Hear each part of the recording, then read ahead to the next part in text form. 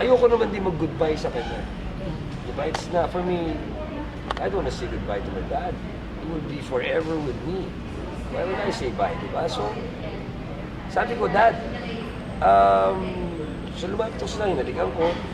Sabi ko, Dad, huwag kang matakot. Sabi ko, I mean, ito yung experience ko. It's not, sabi ko, Dad, huwag kang matakot, diba? Just go for it.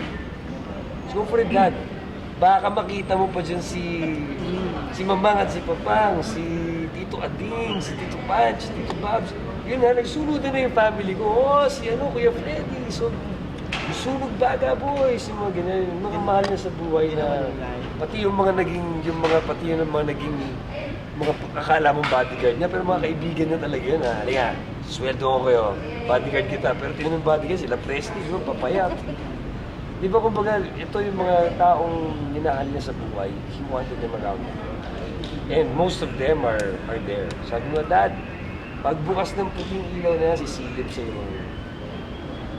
Kung makita mo sila, sumama ka, baka may pelikula sa'yo si Tito Ading o sino na si... So yun, parang naging light, pati sa mga kapatid ko, kami, naging light.